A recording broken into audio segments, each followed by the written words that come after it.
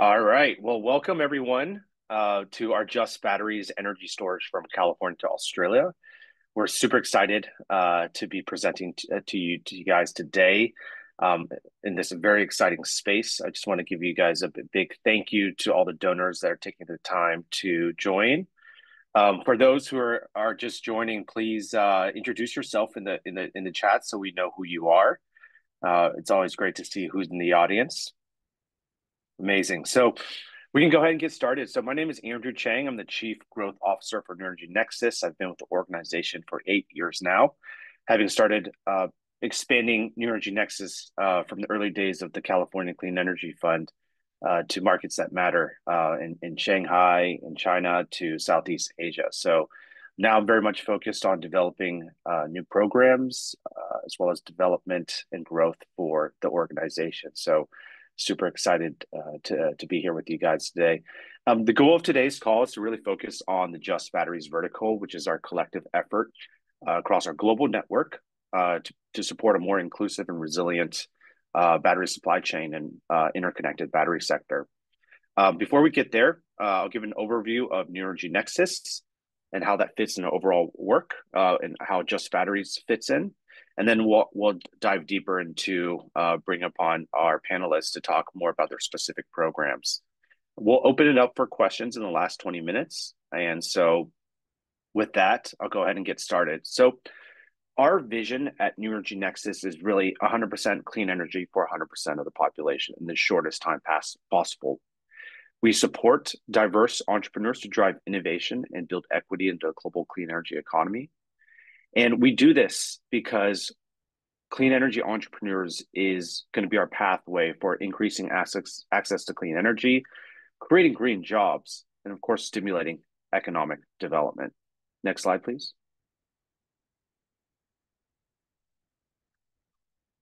So how we do this, we believe at Energy Nexus that entrepreneurs, startups, and businesses and ecosystems are core to reaching the clean energy transition. This is the core ingredient.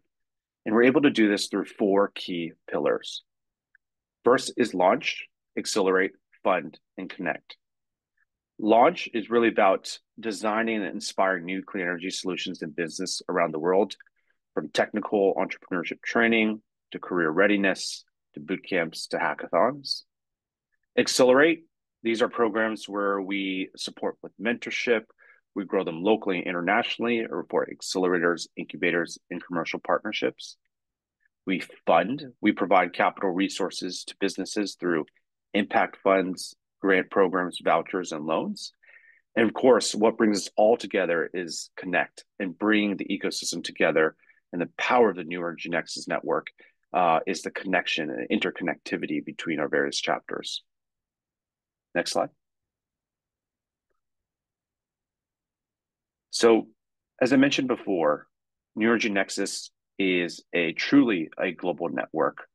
We're currently operating in 13 countries around the world, 12 countries around the world, but 13 programs.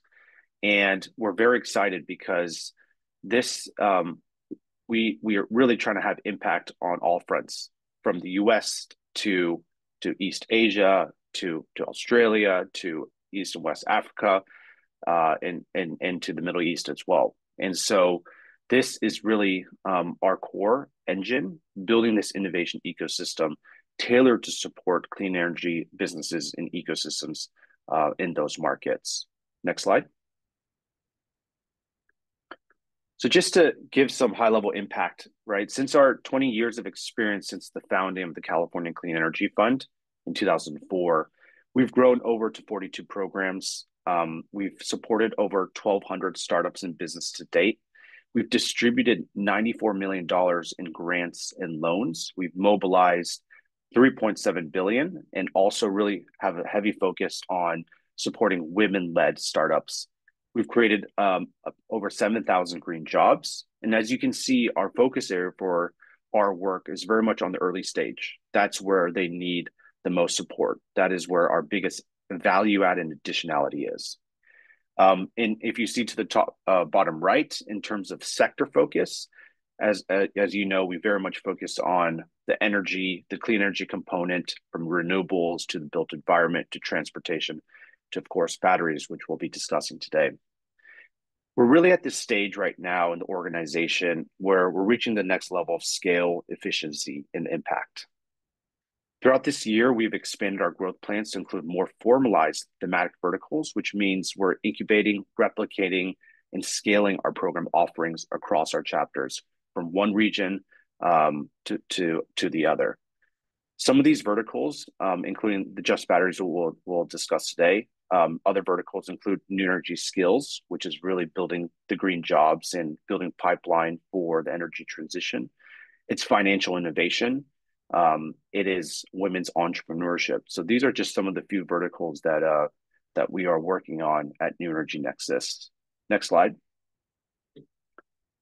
So why batteries?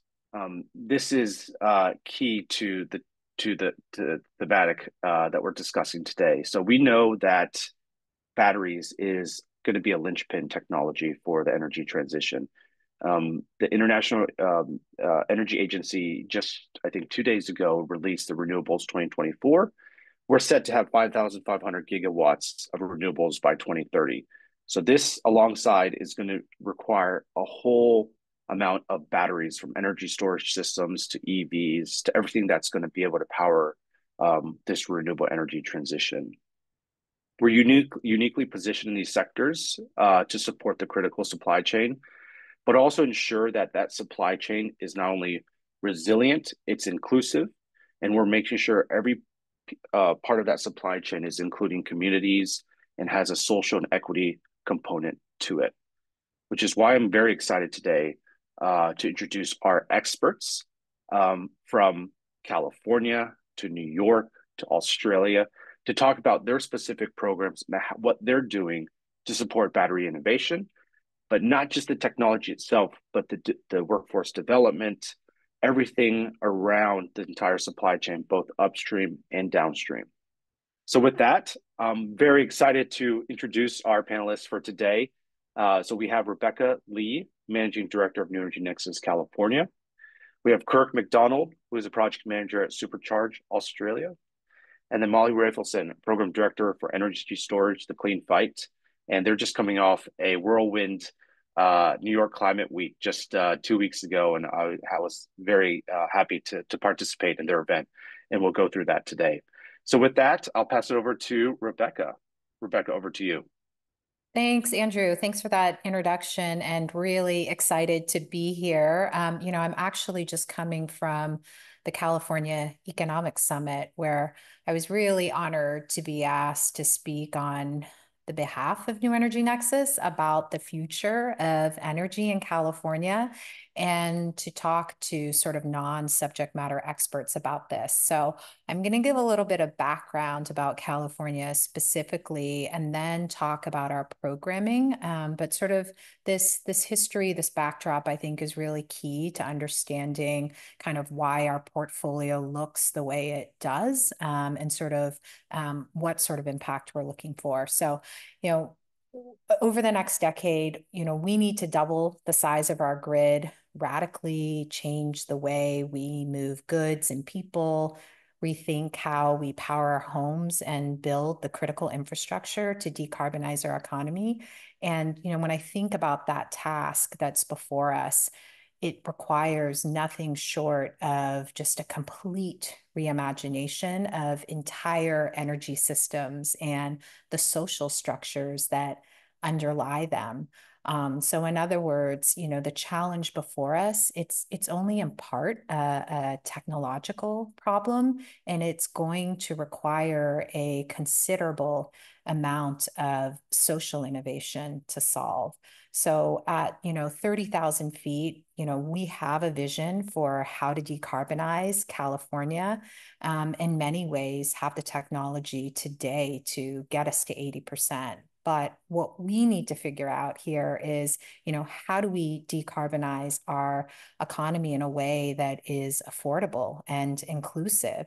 At a very high level, we know we need to grow our grid and then use that grid to support the electrification of transportation and buildings. But when you drill down into each category and you get to the brass tacks of what it's going to take to get gas, for example, out of people's homes and to do it in a way that is equitable, that is really where the rubber hits the road, and where technological innovation necessarily needs to intersect social innovation, to generate those collaborative frameworks that will help us bridge, what I call the 1,000 steps needed to develop and deploy capital and solutions. And yes, those solutions are technological, but it's also the business processes, the regulatory frameworks, the project labor community benefits agreements, everything we need to make it faster, easier, and more efficient to decarbonize and to do so in a way that benefits the 100%. So here at New Energy Nexus, California, you can see on the slide here, this is some of the programming that we have to really kind of get at the heart of sort of the challenge and the complexity of the challenge that we see before us and the role of batteries in doing this. As you can see, sort of our programming spans, if you see that middle through line, pre-1 all the way to 10, that's referring to what we call technology readiness levels. We started by supporting very early stage entrepreneurs in our Cal Seed and our Cal Testbed programs. And more recently, we've added what we call Next Step, which is funded entirely through philanthropic funding. And then we also have the Power Forward, which is to support ZEV manufacturing in California. The three programs, Cal Seed, Cal Testbed, and Power Forward, are all funded by the CEC, the California Energy Commission, with whom we work very closely, so that our programming is aligned to the technology areas and also the investments that they're making. One of the places where, philanthropic funding has just been so impactful and just really transformative, I think, in sort of a just, equitable energy transition in California has been in our Next Step program. And I can talk a little bit more about that if you go to the next slide, and in terms of what that looks like. So this is a white paper that we wrote based on kind of our work in an area known as Lithium Valley. Lithium Valley is home of the greenest, largest source of lithium in the world. Today, sort of the lithium there can meet more than 50% of the world's demand. The other thing to know about Lithium Valley is that it's in inland Southern California, and it is located in one of the poorest counties in the state of California, with the highest rates of asthma, highest rates of poverty. So I've been working down there since 2018. New Energy Nexus has been really instrumental in not just sort of shining a spotlight on this resource that we have here in California that is so critical, right, to decarbonizing our economy, and the energy transition globally, but also, sort of how we can do it in a way where it benefits local communities, creating good family supporting jobs and inclusive economic development. So what you see here is sort of the title page of a white paper that we developed, which is really, in many ways, it's place-based industrial strategy for how do you do this? What are all the inputs that we need, investments? And again, not just looking at the technologies, but all the innovation that we need, streamlined permitting, what is that capital stack that, we can put together, leveraging that federal funding landscape right now. And I'll just end and pass it over to others with the next slide, to just give a little bit of a snapshot of what that work looks like that's supported by Next Step. So the Torres Martinez tribe are located in Southern California. the closest to that geothermal lithium resource. And again, since 2018, we've been working with them on this sort of vision for a green industrial campus to support the onshoring of advanced battery manufacturing to California. Much of the inspiration for this initiative is derivative of the Tahoe Reno Industrial Center, which I had the pleasure of visiting 2 weeks ago. But what's different about this, it's high road, right? So it's really thinking about how local state government together with community, industry, and tribes can partner together on sort of what it looks like to accelerate on batteries and do it in a way, in this case, that is leading with tribal sovereignty and a tribal-led economy. So happy to answer questions about it later, but hope that's helpful, just giving an overview of what we're doing in California. Thank you so much, Rebecca. And it's really exciting to see the growth of all of the work that you're doing. So thank you for that. I'm really excited to introduce Kirk McDonald, Project Manager for SuperCharge Australia. Kirk, over to you. Thanks very much, Andrew, and thank you all for being on the call today. I'm excited to represent the Australian leg of this journey. Could I have the next slide, please? What we do in sessions like this in Australia is we acknowledge the traditional owners of the land on which we speak, the Indigenous people. If we have an on-ground opening or ceremony, would typically do a welcome to country, they call it, but we're visitors, it would seem. So we do an acknowledgement of country. So I'd like to acknowledge the land and the traditional owners of that land that I'm speaking to you from, which is in Sydney, and that's land owned by the Gadigal people of the Eora Nation. They're elders past, present, and emerging. And when I do this in a session, what I like to do is put up a slide at the start that talks about what's going on in mining in Australia. In the battery value chain here, we have over 50% of the world's lithium supply coming out of one state in Australia, Western Australia. And the typically newer operations that are providing those critical minerals are mines that have tried very hard to have very good relationships with the First Nations people. So we're very keen to build equity and justice into all the programs that we do here. The two pictures you can see, one is the Liontown lithium mine in Kathleen Valley.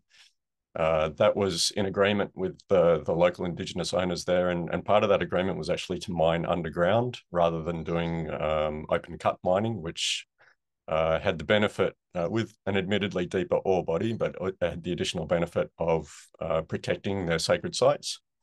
And then we have Pilbara Minerals on the right, who are Australia's largest independent lithium mining operation, who have also a very good relationship with their local Indigenous community and a program that they ran during National Reconciliation Week, which is a program that we run nationally here in Australia.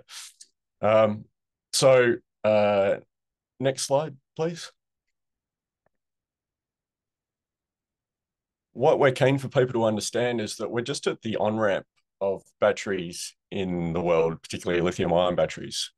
So Australia provides half the world's lithium. We retain less than 1% of the value those lithium batteries generate, because what we do in Australia typically is just what we call dig and ship. So we dig up the ore and we ship it typically to China at the moment for processing. It does go to several other locations, but it's about 90% to China. And then it then either is made into batteries in China or it goes to other nations like Korea or Japan, or in some cases the US, to be made into batteries. And that's really just the first 4 dots you can see there. This is from a battery recycling initiative in Australia.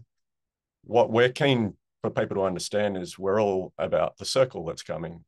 At some point, we will have mined the significant amount of critical minerals we need, which happens to be much, much less than the annual amount of fossil fuels we currently mine and consume. So we do need a lot of critical minerals, but in comparison to the materials that we're moving for the fossil fuel powered economy, nowhere near as much. And we'll do it once, and we'll do it right, as we're trying to indicate from the previous slides. And it will be a circular economy. We will mine the waste that comes from recycling batteries. It will be about 10 times more carbon efficient once we're doing it from the battery raw materials as opposed to from the minerals. This is the hard rock mining that I'm talking about when I talk about those kinds of numbers. The numbers out of California and South America would be different. But then we will be recycling them. And that's a highly energy intensive industry. And the argument for Australia is we want to push as many energy intensive industries as we can. Green metals, green steel, but the one that we're putting on the table is we should be heavily involved in battery recycling and remanufacturing. We aim to be a renewable energy superpower in Australia. We have a wonderful resource of sun and wind and, of course, much available land to put those systems on. And batteries are a very economically dense item that could come back over many, many years, decades, and perhaps even centuries, depending on where our technology cuts to be remade and recycled into new batteries. So next slide. Thank you. So what we do here is we support startups in the lithium battery value chain. We started in late 2022. We've run one innovation challenge. We call it the SuperCharge Australia Innovation Challenge. And you can see on the left the CEO of Renewable Metals, Luan Atkinson, who won the first challenge.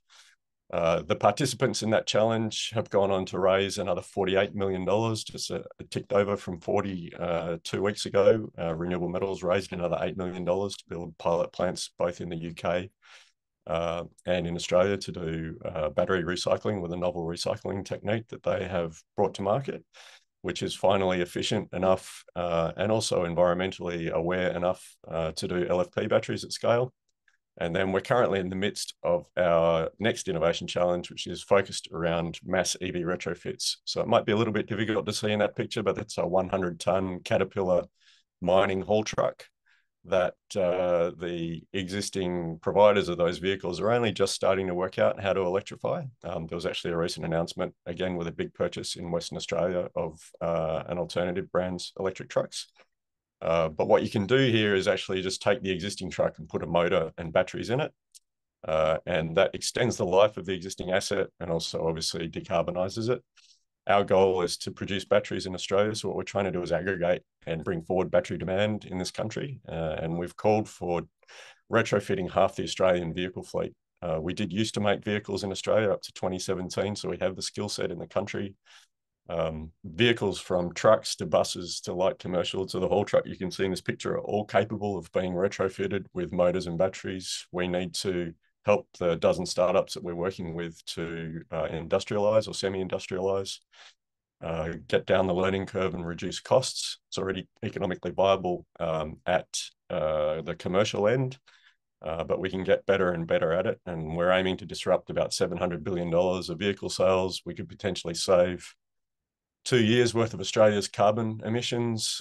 We could utilize the embedded carbon in the vehicles in Australia that we retrofit that would cancel out the carbon in the batteries that we put in them. It's about a 1-for-1, interestingly.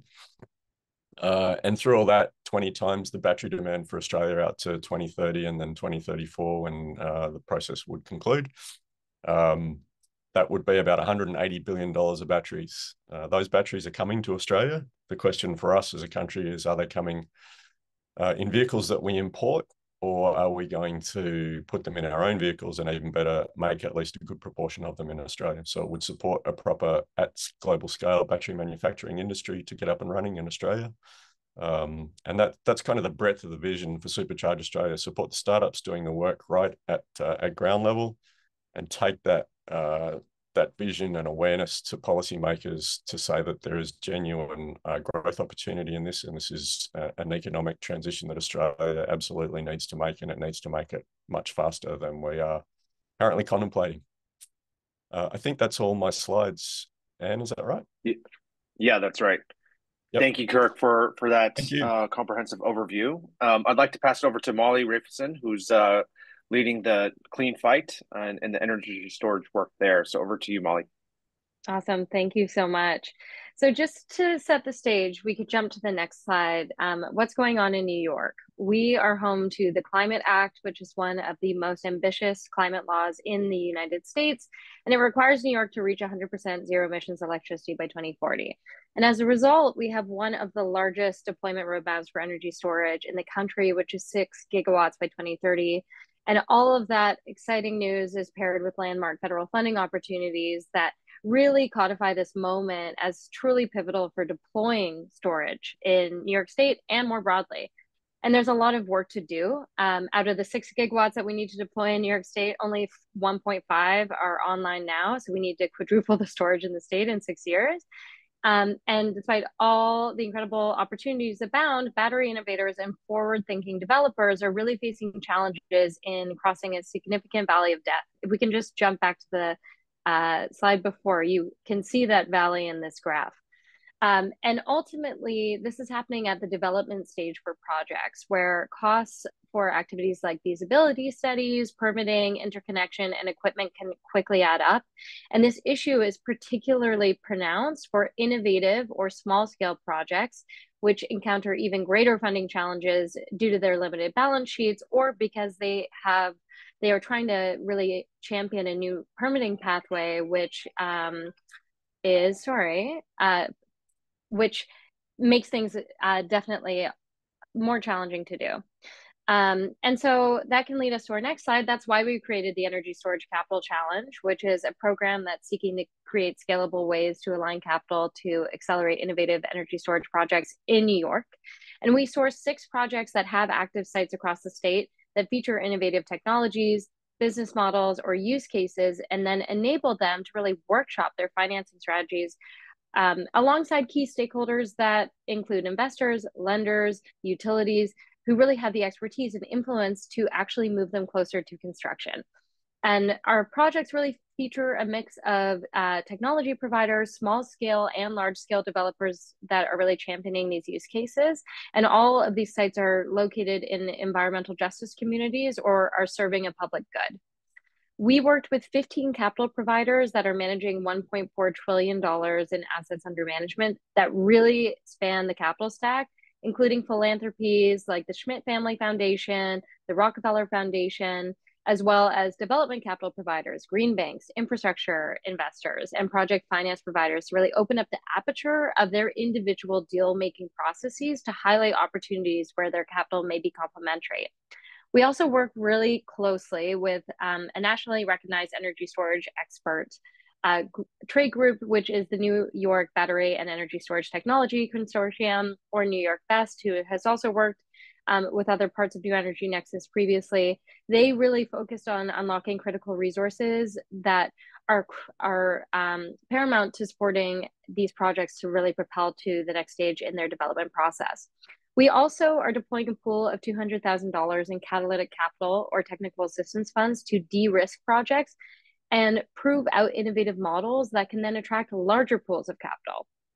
Through this process, we've seen that really small investments of the right catalytic and concessionary capital can unlock significant debt financing opportunities and create a more cost-effective alternative to expensive equity and debt that can be a true non-starter for tech providers or developers that are championing these novel projects.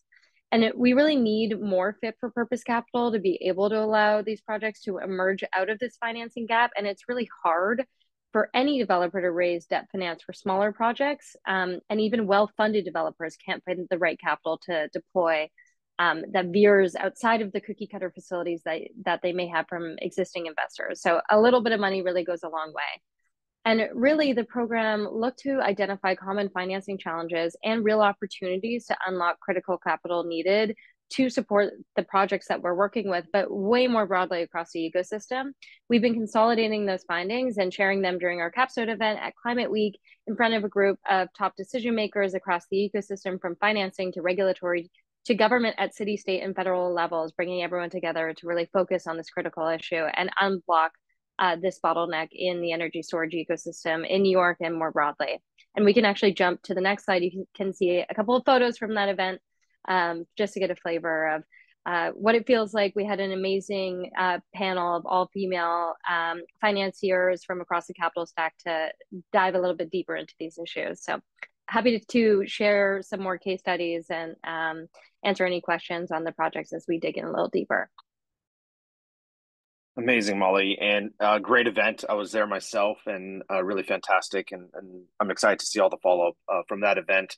And Molly, you really talked about a lot of the public and private partnerships that's involved in supporting this effort. And I'd like to pass over to Rebecca. Rebecca, the work that you're doing in Southern California requires more than just startups. It requires the support of government, policymakers. Can you walk us through that and how you're engaging the different parts of the ecosystem to support your work?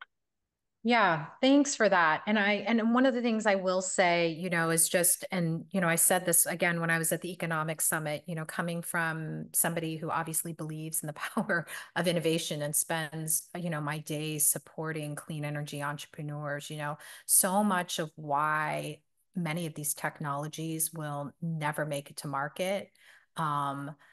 Are not because of the strength of the technology, but it has so much to do with the complexity of the issue that they're trying to solve. So again, everything that Molly highlighted in their work and trying to deploy these technologies, these later stage companies, and sort of Andrew, what he's speaking to is a lot of our approach in New Energy Nexus California.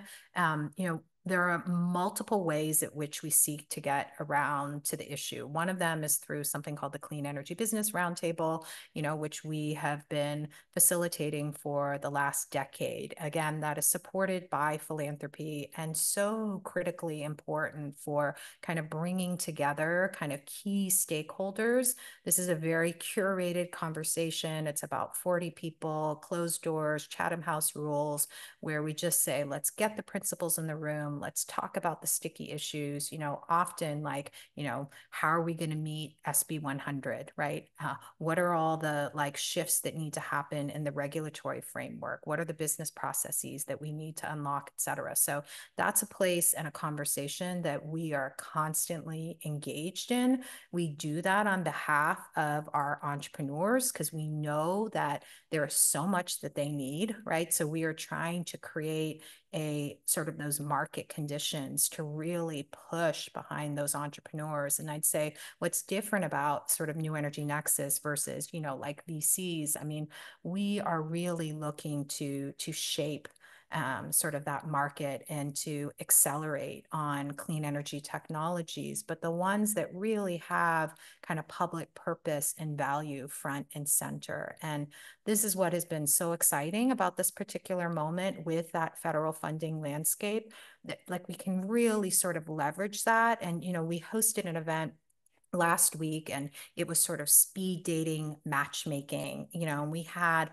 all sorts of folks in the stack. And I think previously, not so long ago, it would have been all VCs, but mixed in there, we had our, labor, our partners at the UC Berkeley Labor Center, folks at Blue Green Alliance, all in there, community folks. And we really want to shift people's perspective to this is what that capital stack looks like now. It's different. And it is a moment in which accelerating together is not only sort of the right thing to do, but it's actually the profitable thing to do. So yeah.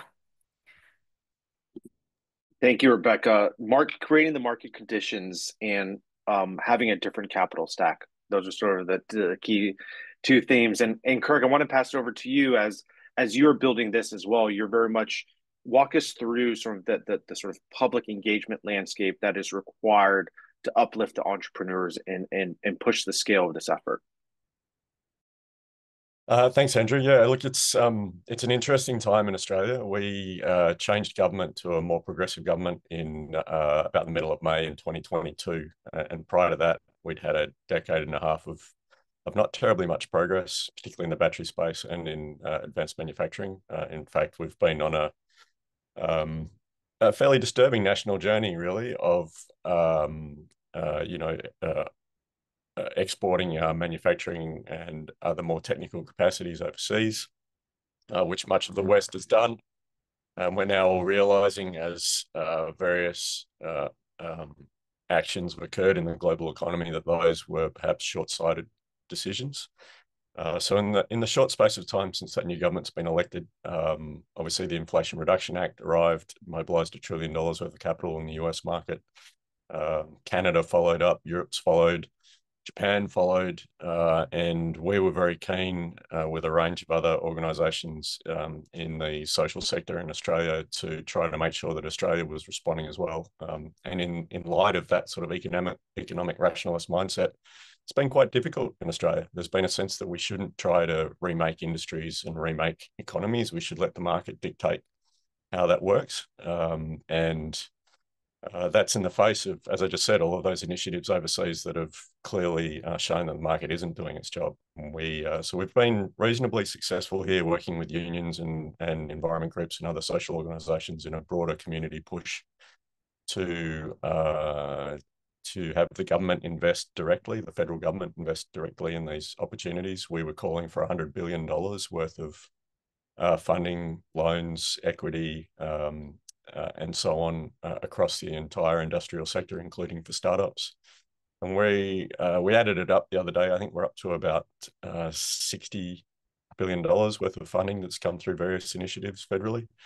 We think they will get to the 100 billion once a green metals announcement is made, and that's for everybody's benefit, a move to processing the ores here in Australia, the iron, the aluminium, the copper, and so on, with green energy, and embedding decarbonisation in those materials before we export them overseas. So it's both more lucrative and better for the planet. In fact, the number is 8% of the world's carbon emissions can be saved if we processed iron ore here, as opposed to exporting it to other locations. And we think it'll probably get up to about $120 billion worth of initiatives from the government in that space. The government, unfortunately, hasn't done something like the US did and stood up and said, here's the Inflation Reduction Act, we're going at this very strongly. It's just been a range of smaller initiatives along the way. So it's been very difficult to build a momentum around it. And we have very short electoral cycles in Australia. They're 3 years roughly at federal level. So we're about to go into another election cycle. It's due by May of next year. So we're not expecting any big moves to come from that. So we're hopeful that we can keep this momentum going, keep doing our work with startups. We're philanthropically funded, so we're a little bit isolated from what the federal government is up to. But our partner in Australia, Energy Lab, does derive some monies from the federal government, and we need that to keep flowing. Acknowledge certainly all the points about the valley of death for startups. It's a big problem here. We've had startups that have been labouring away, bootstrapping for a decade, basically, and are now just starting to be realised. I see David Hay on the call, who was instrumental, hello David, in trying to set up a battery gigafactory here in Australia, and that project hasn't been successful. It's possibly a little too early, maybe we might think, David, and we've had some interesting conversations recently about that and other battery projects getting up. But it's all part of that ecosystem that we need to build, that we've neglected to build for the last 10, 15, 20 years. And we need to do, as the movie says, everything everywhere all at once and get on with it. Thank you, Kirk. Rebecca. Yeah, if I could just, I think about like who's on this call, right? And I think like as funders and philanthropic funders, you think about like you want to be really judicious about how you are investing those dollars, right? And sort of everything we know is like philanthropic dollars are not going to be the hundreds of millions of dollars required to stand up one battery manufacturing facility. So I want to share with you a little bit about what that kind of partnership very closely that New Energy Nexus California has with philanthropy, then state government and federal government. So, I talked to you a little bit about the Power Forward, right? Which I think on the slide it says it's 25 million, but it actually went up to a $43 million ZEV manufacturing grant program. And that was to try and retain, but really to attract manufacturers to California, to try and build batteries here in California and kind of reanimate manufacturing here, and to do so in a way where we are creating good family supporting jobs and also inclusive economic development. So through philanthropic dollars, we were able to pilot something called a High Road Entrepreneur Accelerator. And what that looked like was very curated matchmaking of industry partner to a labor union, and in one case to a tribal nation, right? And so, one example of what happened there was, we're now supporting kind of the development of a parcel to support CAM manufacturing. There's a joint venture agreement between kind of one of our startups and the tribal nation for 51% ownership. That company has now gone after hundreds of millions successfully, federal dollars, right? Those dollars are going to come to the state of California. It's going to seed advanced battery manufacturing, but it's also seeding tribal sovereignty and a tribal-led economy. In terms of what that can look like for a programmatic structure, again, we sort of leverage that High Road Entrepreneur Accelerator, when really what it is, it's just, trust building, peer-to-peer education, like heavily scaffold conversations where you're sort of saying, industry, we know what you need. Labor unions, we know what you want. Like, what is that Venn diagram of shared prosperity? And so with the Power Forward, we had a chance to turn that into like a pretty big scale programmatic strategy. And the idea was, again, like, let's mirror that investment mandate at the federal level. And rather than slow down, we are going to pick a cohort that is going to be the most competitive for attracting those federal dollars to the state. So again, it's a little bit of seed money from philanthropic funders, which enabled us to do this pilot High Road Entrepreneur Accelerator. We did this program using state dollars, and in turn, we have attracted hundreds of millions of dollars in federal funding. So thank you, Rebecca. No, absolutely. And this really touches upon the role of philanthropy, right? Seeding, de-risking, being that first catalytic capital. Molly, I'd love to hear from you in terms of what philanthropy can play a role in the work that you're doing. Totally. I mean, we see an incredible role for philanthropy to really support the adoption of these technologies and really getting those technologies through the significant valley of death. I think this is particularly important for first of a kind, first of many projects. These are real touch points that then we're able to scale quickly, and we really need to pick up the pace at the end of the day. And I'm happy to kind of share just about how a little bit of money can go a long way with an example coming out of our program. So one of the projects developers that we worked with is called Sprocket Power. They're a woman-led microgrid developer of small-scale projects, and they exclusively work with small to mid-sized businesses that are looking to decarbonize. And they're currently pursuing a project with a second generation family owned business in Long Island. Really stand up a regional EV charging hub for bus fleets and public vehicles. And traditionally, small to mid-sized businesses are deemed less creditworthy than larger institutions, and they find it really difficult to access financing that can pay for the upfront costs of significant infrastructure upgrades, be that the site upgrades, be that the equipment that needs to go in. And those are all key ingredients to getting a project off the ground. And so as an example, with our small pool of catalytic funding, we were able to unlock, with our funding, we gave them $100,000, and that resulted in them being able to secure a $2.4 million debt facility from a capital partner in our program as a proof of concept. And if that is successful, they're looking at an even larger pool to scale across their projects. So 100K having a 24x outcome in the span of 4 months is incredibly powerful. And it really, what the debt facility is looking to do is to enable a no upfront cost energy as a service model to allow those SMBs with limited access to capital to start to embark on those energy saving projects and decarbonization efforts that might be out of reach otherwise. And it also allows them to have budget certainty over an extended period of time, especially for electrifying transportation. Then they're able to forecast how much they would be saving versus continuing down the path of fossil fuels. So I think that's a really exciting example of where I think more philanthropic dollars can come to the table. That funding came from government funding that was passed through for us, but we're hoping that philanthropy can look at this as a case study and continue to pick up those opportunities in a broader and more scalable way. Amazing. Thank you, Molly. So as just a quick recap before I bring it to questions, so we understand the need for energy storage and batteries. That is a fact. We've established the requirements for an electrified economy for the batteries. We know that there's inclusive and social development that is necessary upstream and downstream across the battery supply chain, and that requires public and private partnerships and engagement, which is something that New Energy Nexus is very much engaged in.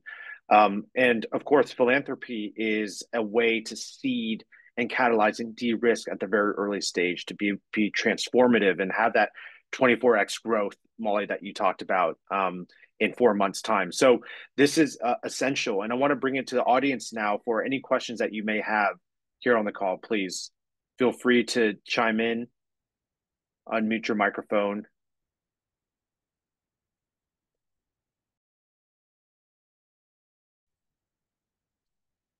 Hey, everyone. Dave Hay is my name. Thank you very much for allowing us to come in and being part of this conversation. Fascinating. And as Kirk said, we've been on Barry and I have been on a bit of a journey with this cell manufacturing. And again, language is important. And some of the commentary today around the social aspects of it was fundamental to how we were approaching it. And I guess in my mind, and I'll sort of, if I can just 2 minutes of a bit of a framing piece, and then I'll ask the question. But Kirk's diagram spoke of a battery, and you've all talked around the battery as part of the electrification process. But fundamental to that battery are the battery cells. And you've got a complex supply chain of product and inputs into that cell. And without that cell, you can't create the battery. And trying to get alignment of all of those activities that go into creating the cell that goes into that battery is difficult enough. And then to get that battery into a use application, and Molly, you just spoke about electrification of buses. We've heard in the mining sector, we've heard electric vehicles, we've heard of energy grids, all have nuances around how that battery is used, how it performs, which is all relevant to the processing and the input materials that you put into the cell. So I'm really interested to know, particularly in California and New York, where you've had some recent experience, how do you bring all of those conversations together with your funders to understand which part of that puzzle are you going to attack? Because you can do one thing, but that has a flow and effect right through that value chain. So it's trying to, it is eat the elephant all at one time. How do we make sure that you've got the collective minds around that problem set? I'll pause there. Thank you.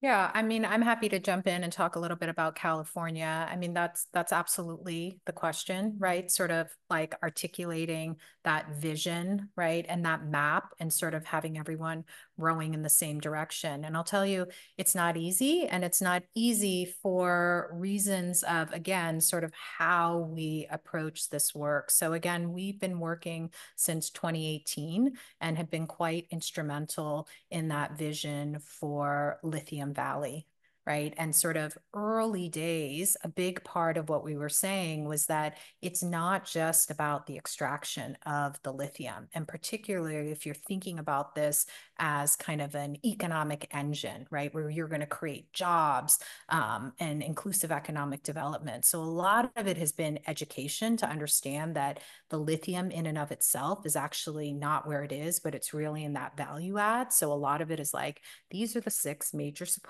stages of the supply chain, right? And, I'll tell you that we did run into headwinds, not just us, but the state, from local residents who really felt like, hey, you know what? The lithium is located here. So all of the supply chain should be here, right? This is a county that has 180,000 people in it. There is basic infrastructure that is missing, et cetera. So a lot of it has been a conversation, but it's a conversation to say, okay, so it's not just going to be in Imperial County. How are we going to tie it to the rare earths that are at Mountain Pass, together with kind of that end of, EV manufacturing and, outside of LA, right? So it's a lot of those conversations. And I will say it's like smaller to bigger to even bigger, right? To thinking about not just inland Southern California, not just California, but California, Arizona, Nevada, and not just California, Arizona, and Nevada, but California, Australia, right? And so I do think that's a thing. Like, there are so many complexities at play. And so I think that's really what is very powerful about New Energy Nexus and our reach and the type of synergy that we have, is that we're sort of firing on all fronts. But yes, to your initial sort of like question that you pose, like, how do you get everybody marching in the same direction? I think it's not just a roadmap of what it is that you want to see, but starting first on like basic principles for outcomes. At least that's how we start. Like, we want to see healthy, resilient communities. We want to see, tribal-led economies. So, what has to be true for that to happen at the same time that we onshore this advanced battery supply chain? And I'm happy to build on that just from New York. I think one of the great advantages of New Energy Nexus is that we're starting local and we have broad relationships and tied into broader coalitions that expand beyond us. And then we bring those together with our international presence to really be able to drive meaningful conversation. And just to set the stage with our Energy Storage Capital Challenge, the funding for that came out of a Build Back Better Regional Challenge Award, which came from the U.S. Department of Commerce.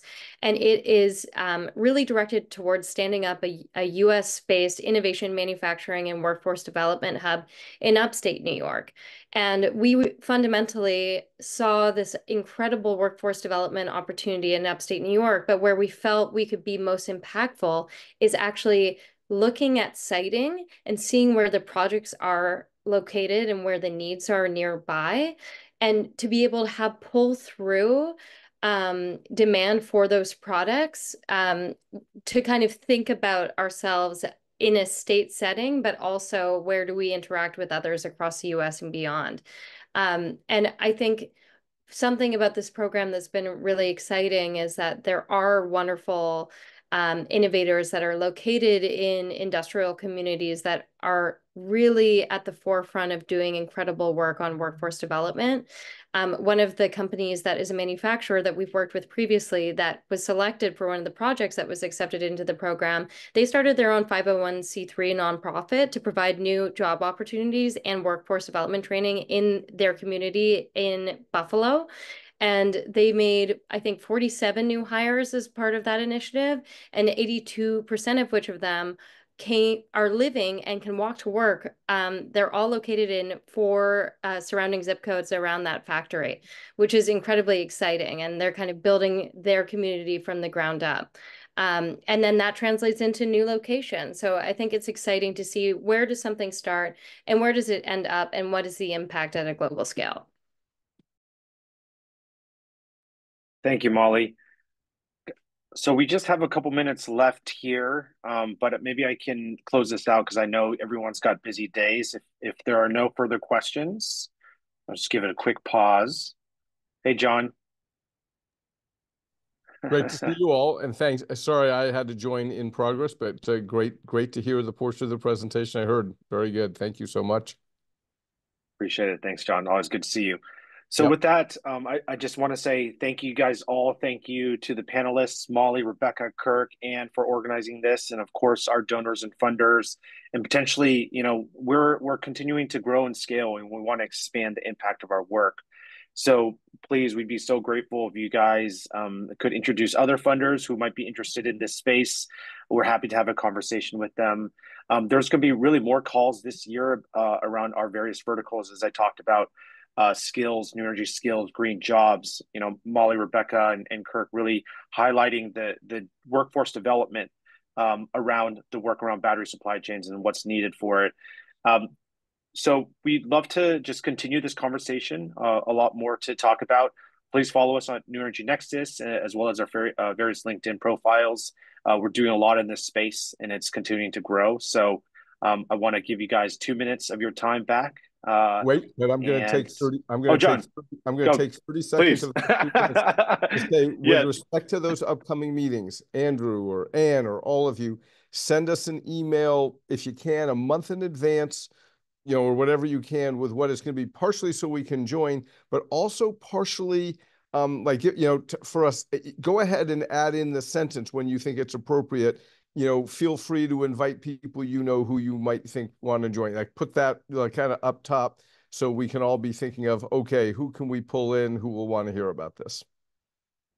All right, that was my 30 seconds. Now you can Awesome, have 90 John. Thank seconds you. back. Thank you, John.